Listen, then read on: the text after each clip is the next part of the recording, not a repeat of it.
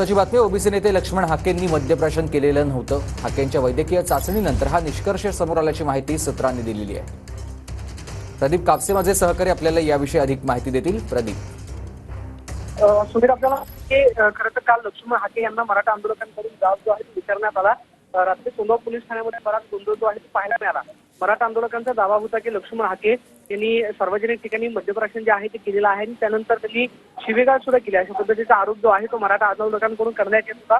मात्र काल त्यांची ससून रुग्णालयामध्ये वैद्यकीय चाचणी जी आहे ती उशिरा करण्यात आली आणि त्यानंतर खरं तर लक्ष्मण हाके आता सोडण्यात आलं। मात्र जो डॉक्टरांचा खरं तर प्राथमिक निष्कर्ष आलेला आहे त्याच्यामध्ये त्यांनी दारू पेली नसल्याचं म्हटलेलं आहे। मात्र तरी सुद्धा ते खरं तर वैद्यकीय चाचणीची आणखी खात्री करण्यासाठी नमुने जे आहेत ते पुन्हा एकदा लॅबमध्ये पाठवण्यात आलेले आहेत।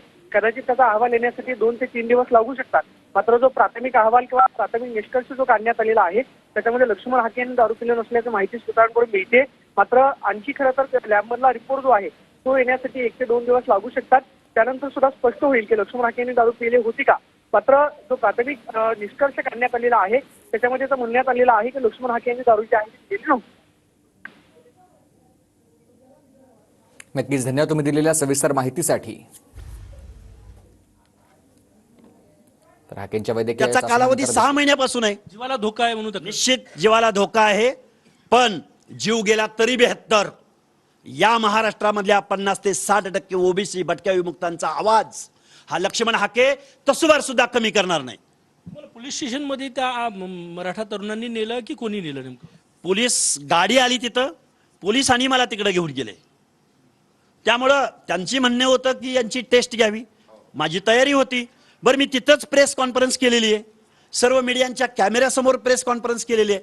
मी जर बेशुद्ध असतो, मी जर ड्रिंक घेतला असतं तर मी प्रेसच करू शकलो नसतो। ह्या साध्या कॉमन सेन्सच्या गोष्टी आहेत।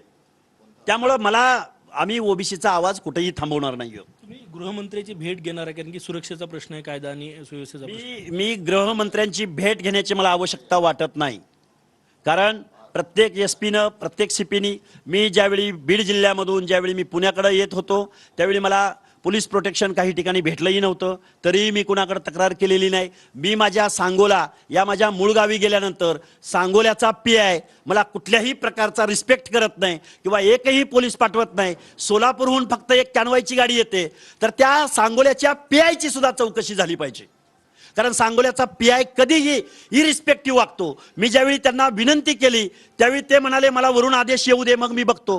म्हणजे पोलीस डिपार्टमेंटमध्ये सुद्धा वरून डिक्लेअर होऊन सुद्धा काही अधिकारी, मी त्यांची यादी सुद्धा देईन, काही अधिकाऱ्यांनी मला प्रचंड इग्नोर करण्याचा प्रयत्न केलेला आहे। गृहमंत्री फडणवीसांच्या शहरात आहे, इथे पोलीस सुरक्षा तुमची दिलेली आहे। तर आणखी एक महत्त्वाची बातमी, शिंदे समिती धनगर आरक्षणासंदर्भातील अहवाल आज सरकारला सुपूर्द करणार आहे। ओबीसी मंत्रालयाच्या सचिव विनीता सिंघल यांच्याकडे हा अहवाल सुपूर्द केला जाईल।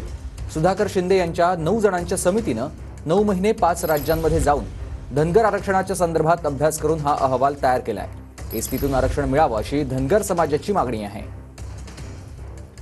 तर महत्त्वाचा हा अहवाल आज सरकारला सुपूर्द केला जाणार आहे। सुधाकर शिंदे यांच्या 9 जणांच्या समितीनं 9 महिने 5 राज्यांमध्ये वेगवेगळ्या ठिकाणी जाऊन धनगर आरक्षणाच्या संदर्भात अभ्यास करून हा अहवाल तयार केलेला आहे आणि हा अहवाल ओबीसी मंत्रालयाच्या सचिव विनीता सिंघल यांच्याकडे सुपूर्द केला जाणार असल्याची माहिती मिळते।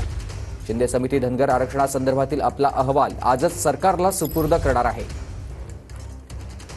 एसटीतून आरक्षण मिळावं अशी धनगर समाजाची मागणी आहे। तर आणखी एक महत्त्वाची बातमी आपण बघतोय, अभिनेते गोविंदांकडून मिस फायर करण्यात आलेला आहे। अभिनेता गोविंदा याच्याकडून मिस फायर करण्यात आलाय, स्वतःच्या बंदुकीतून गोळी सुटली आहे। गोविंदा आता रुग्णालयामध्ये दाखल झालेला आहे। या मिस फायरमध्ये गोविंदाला जखम झाली असल्यामुळेच त्याला रुग्णालयात दाखल करण्यात आलंय। स्वतःच्या बंदुकीमधून ही गोळी सुटलेली आहे। गोविंद रुग्णालयामध्ये आता दाखल झालेला आहे। अभिनेता गोविंद यांच्याकडून मिस फायर झाला आणि त्याच्यामध्येच ते जखमी झालेले आहेत आणि त्यामुळेच त्यांना रुग्णालयात दाखल करण्यात आलं आहे।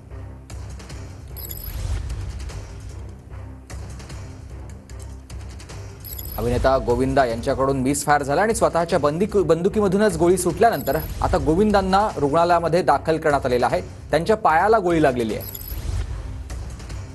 स्वतःच्या बंदुकीमधून गोळी सुटलेली असल्यामुळेच गोविंदा यांच्या पायाला गोळी लागली आणि त्यानंतर आता त्यांना रुग्णालयामध्ये दाखल करण्यात आलंय। त्यांच्यावर उपचार सुरू झालेले आहेत। या सगळ्या संदर्भात अधिक माहिती देतात माझे सहकारी कृष्णा सोनारवाडकर आपल्याला। कृष्णा, सुमित, आपण पाहतो की सकाळी 5 वाजताची घटना असल्याचं कळतं. अभिनेता गोविंदा हे सकाळी कुठेतरी बाहेर जाण्यासाठी निघत होते आणि त्यावेळी त्यांची स्वतःची असणारी बंदूक ते सोबत घेत होते. त्यावेळी चुकून मिसफायर झाल्यामुळं त्यांच्या पायाला गोळी लागल्याचं कळतं आहे. सध्या क्रिटिकल रुग्णालयामध्ये त्यांना दाखल करण्यात आलं आणि त्यांच्यावरती उपचार सुरू आहेत. मात्र सध्या त्यांची प्रकृती स्थिर असल्याचं कळतं आहे. मात्र सकाळी 5 वाजता ही घटना घडली आणि त्यावेळी मिसफायर झाल्यामुळं ही बंदुकीची गोळी जी आहे ती त्यांच्या पायात लागल्याची सुद्धा प्राथमिक माहिती जी आहे ती मिळते आहे. सध्या नेमकी ही गोळी कशी झाडली गेली किंवा मिसफायर होताना नेमकं काय झालं याचं सविस्तर चौकशी सुद्धा पोलिसांकडून केली जाईल. मात्र सगळ्यात महत्त्वाचं स्वतःच्याच बंदुकीतून मिसफायर झाल्यामुळं ही गोळी जी आहे त्यांच्या पायामध्ये लागल्याचं कळतंय आणि सध्या त्यांना उपचारासाठी क्रिटिकल रुग्णालयामध्ये दाखल करण्यात आलं. मात्र सकाळी 5 वाजता ही घटना घडल्यानंतर अचानकपणे त्यांच्या सोबत असणारा जो काही स्टाफ होता किंवा आजूबाजूची लोक होती त्यांना रुग्णालयामध्ये नेलं आणि त्यानंतर रुग्णालयामध्ये उपचारासाठी दाखल केलेलं आहे. मात्र जी प्राथमिक माहिती आतापर्यंत मिळते आहे त्यानुसार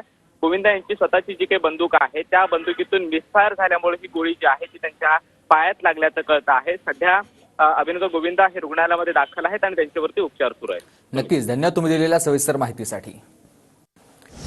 आणि आमदार देवेंद्र भुयार यांच्या शहापूर येथील कार्यक्रमात बाचाबाची झाली आहे. समस्या घेऊन आलेली लोक आणि आमदार भुयारांमध्ये शाब्दिक बाचाबाची झाली. या शाब्दिक बाचाबाचीचा व्हिडिओ व्हायरल झालेला आहे.